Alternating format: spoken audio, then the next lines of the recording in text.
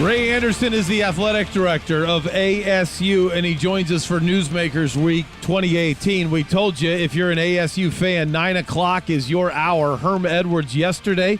You can hear Coach at ArizonaSports.com. And for the first time ever, we're really excited about this. Dr. Crow tomorrow to come in and talk about athletics and higher education and the way that he sees trends going and the way he sees trends starting with Arizona State. And right now we talk to Ray Anderson, the athletic director. So give us an update. How's the last year of your life gone? How is what's the state of Arizona State athletics? Well, the state is that we continue to try to get better. And we've declared from the very beginning we want to be an elite top 5 program. And so that means you're going to do some things to get there, which sometimes means disrupting and making change. So we think we're doing some things that will position us to, in fact, escalate and rise up to be able to say we're an elite program, certainly one of the top programs in the Pac-12, and we should be one of the top programs in the nation. Is our view, Dr. Crow's view. I'm delighted to hear that he's coming in tomorrow to share some of his thoughts because he is solidly behind athletics and the changes we are attempting to make to get us better. Have things calmed down for you at all, or are you just still so crazy busy? We like to say we are busy, but it's not crazy. For us, it's not hectic.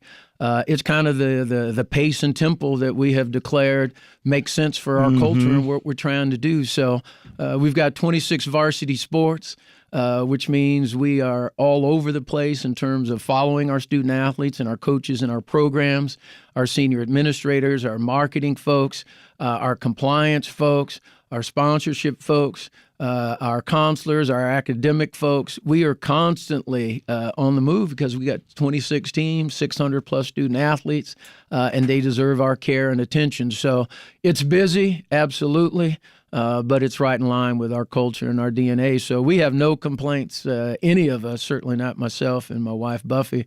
We love where we are. We love the environment. We love the leadership of Dr. Crow. We think we've got a tremendous roster of head coaches who understand what our vision and what our mission is, and we're marching toward that, we think, effectively. Ray Anderson, athletic director, Arizona State, joining us live in studio in the Auction Community Studios this morning. When you, the last time you came on the show, that was maybe a day or two, a couple days after the actual press conference of Herm Edwards, and you explained you kind of look at this as a pro model. You are like the CEO, and then you kind of said Scotty Graham and some other people are kind of like the general manager, and then you have a head coach. I hope I repeated that correctly, so feel free to correct me.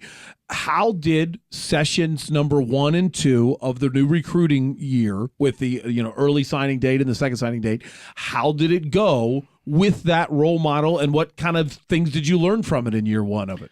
Well, what we've really evolved to is a hybrid model of pro and some of the more traditional college administration.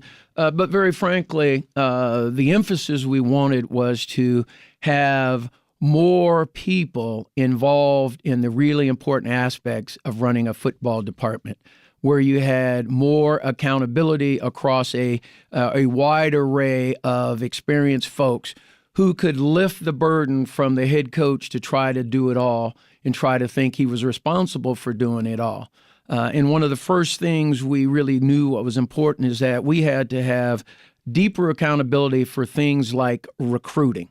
And so Gene Boyd and Scotty Graham and Tim Cassidy and Donnie Yantis and all the assistant coaches had much more of a collaborative role in executing the, first of all, getting the recruiting plan in order and then executing it more collaboratively with the head coach as a lead, and very frankly, just a more thoughtful, planned out, efficient way. And so recruiting in terms of being competitively consistent, I think as I articulated when we made the change, is a really important part of competitive performance across the board. But recruiting was, very frankly, our first opportunity to demonstrate that the evolved model, the hybrid model, actually makes some sense. And I'll leave it for others to judge. But from what I've been communicated to, The recruiting in the first phase in December, and then certainly the recruiting results from last week indicate very clearly that already the upgrade in the very important area of recruiting has been demonstrated quite well under the new model led by Herman Edwards, but also led by a team that is much more involved and therefore a much deeper and broader level of accountability across the new structure. Mm-hmm. I do believe that if you're going to get better at anything, whether it's individually or corporately, you've got to go ahead and look at it and evaluate yourself and maybe be your harshest critic, period. Having said that, what do you think you could do better next year? What we can do better next year is have a whole year of recruiting in front of us. The results that Herman and his staff produce with very limited time under very difficult circumstances, at the end of the day, were quite impressive. What we can do better is what we're already starting to do is we're recruiting now for 19 and 20 already. And so if we can plan ahead better, like it appears that we're already doing, then we have to be excited that the results this time next year when we're sitting down will be even better than what we've just experienced last year. And then when you look forward again at 2020, hopefully we'll even be better in terms of the recruiting. And so the excitement for us is that we came in here and yes, we disrupted and we hurt some people's feelings. And there were some folks who thought we had lost our minds. And we understand all that when change happens, and it happens in a way where folks maybe haven't seen it or heard it before. But what we are confident about is that at least the first indicators on the recruiting front show that there is some hope here, some sensibility to the structure. And now the next steps is now you got to coach these players and develop these players at a higher level as a staff. And then you've got to recruit, coach, and develop, and then retain your assistant coaches at a high rate. Yes. And then you've got to game prep and then game manage at a more consistent, higher rate. And so those are the next steps in the new structure, which we're looking forward to. Do you feel like a trailblazer? And is that important to you? No, we're not a trailblazer. Very frankly, this structure is not unique to us. It may be new to this environment, but in fact, different variations of this are already out there. Alabama, Georgia, very frankly, in our own conference, Washington, LSU, they have a version of this whereby there is just a more efficient, broader, deeper level of experts and folks who are accountable for recruiting, player development, coaching and player evaluation and development, and more folks involved in game preparation and game management. This isn't unique to us. We're no trailblazers, but we're bringing a structure or a hybrid structure that has worked at other places. We're bringing it here in an attempt to get out of our way of mediocrity. You guys, I don't know if I read this correctly, so I will want you to correct me, but it sounded like when you had the initial press conference naming Herm Edwards as the head coach, that Dr. Crow was wanting to look at college football and really college athletics as a whole. And I got the feeling he was saying it's getting a little out of control, that the finances involved are getting a little out of control. And I don't think there's anybody in sports that would disagree with him. However, look at what just happened since you've hired Herm Edwards. We now have 2 NCAA coordinators, not head coaches, coordinators that are making $2 million a year. If that's where it's going, how does ASU become the trendsetter to say, hey, we need to calm down, which is probably the right thing to do, but an almost impossible time to do it if other people aren't following? How do you keep up if the finances continue to go the other way? Well, Dr. Crow will be in here tomorrow, and he'll be able to speak for himself with regard to his views. But what I will tell you is that just because others are going to financially make decisions that some of us may question as being a little bit outlandish doesn't mean that ASU has to follow that. Very frankly, in the Pac-12, I think there's a philosophy that we don't have to be the SEC. We don't want to be the Big Ten in terms of the very robust salaries that some of these head coaches are getting. We think that there is a work-life quality out here on the West Coast in this conference that has real value. We think that the student athletes in all the Olympic sports that our conference sponsors has real value and real attractiveness to a head coach and his family and assistants who would want to be part of that environment, that culture, whereby you don't have to be keeping up with the Joneses in terms of what your compensation packages are. You have that other stuff to sell. And that's what we do. So others can pay and compensate as they deem appropriate. We're going to compensate under a philosophy that, look, we want to have real solid compensation packages, but they're not going to be outlandish. But we will, in terms of incentives for academic performance of your units or your teams and on-field athletic performance. If you win consistently by having student athletes who actually win consistently on the academic side, you can get rewarded. And if you win consistently on the court or on the field or on the diamond, then you will have incentive opportunities that when you put it all together, then you will make a very nice living as a head coach. That's our philosophy about it. So I won't second guess what Texas A&M or Alabama or Michigan or anyone else wants to do with their compensation packages for their head coaches. That's their business. That's not our business. We don't believe that model best serves us here at ASU and in the Pac-12, so we'll do our thing. Ray, what can you tell us about your facilities and the upgrade of the facilities in general, and specifically the renovation of Wells Fargo Arena?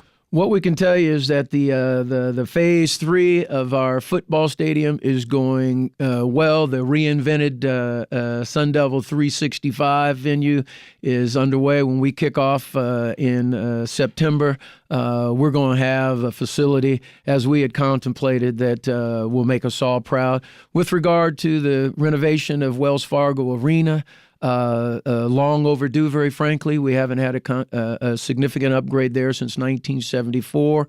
It will be a renovation that will provide our fans amenities that they will be proud of and enjoy coming to Wells Fargo Arena like never before. It will provide our women's basketball team, our women's volleyball team, and our men's basketball team, a venue that they will never be shy about recruiting to. It won't be over the top. It won't be luxurious, but it will be very functional and it will be very nice in terms of its amenities.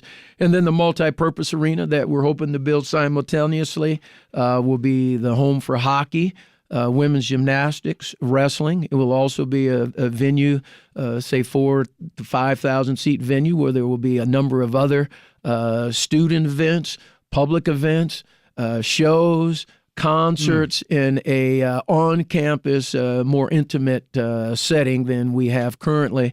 And so it will have multi-uses as well. So we are just absolutely excited about what we're doing in our facilities. Papaco Golf Course is underway. The public clubhouse is about halfway done. If anyone goes out there, we broke ground this week on the Sun Devil men and women's golf team clubhouse, and the practice facility is underway. So we're excited about a lot of things that are happening. And very frankly, we anticipate upgrades at Phoenix Muni on the baseball side, the softball side at Farrington. And before too long, our hopes are to announce a new upgraded tennis facility for our tennis programs and for public ITA, USTA, public-facing uses as well. So we are moving on facilities, proud of that. doing it in a reasonable, fiscally responsible manner as dictated by Dr. Crow, who you can ask him about that I will. tomorrow. I hope he agrees with me. Yeah, we'll see. But we're working toward upgrading our facilities, and we knew coming in here that was on the docket for us to do. That's why the notion of the Athletic Facilities District, now called the Novus Innovation Corridor, the purpose remains the same, to be able to produce some revenue streams that will help us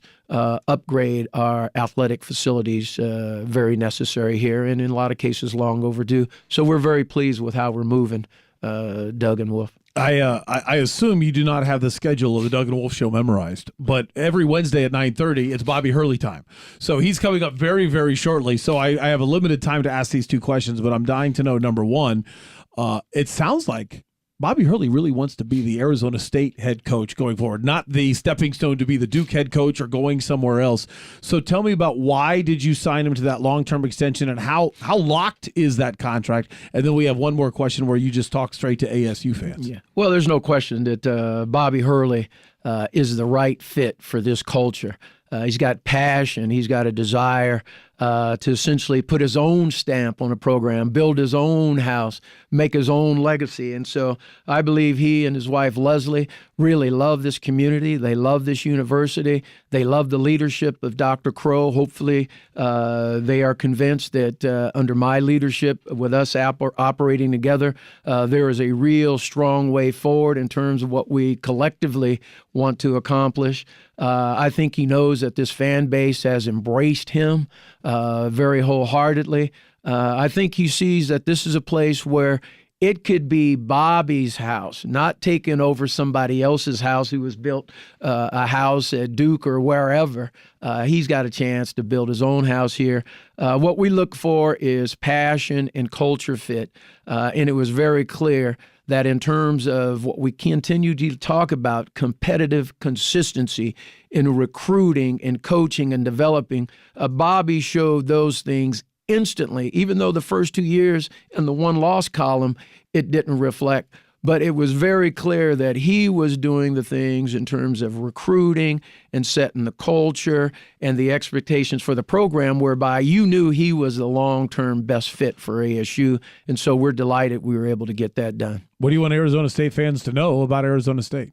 That Arizona State has no desire to be middle of the pack in anything we do. That when we say we want to be an elite top 5 program in the country, we mean it. And so on the academic side, on the conduct and behavioral side, and absolutely on the performance side on the field, we want and expect to compete at the highest levels. And that's what we are bound and determined to do. And we will make changes and disrupt if we have to get us there. And that's what we want fans to know.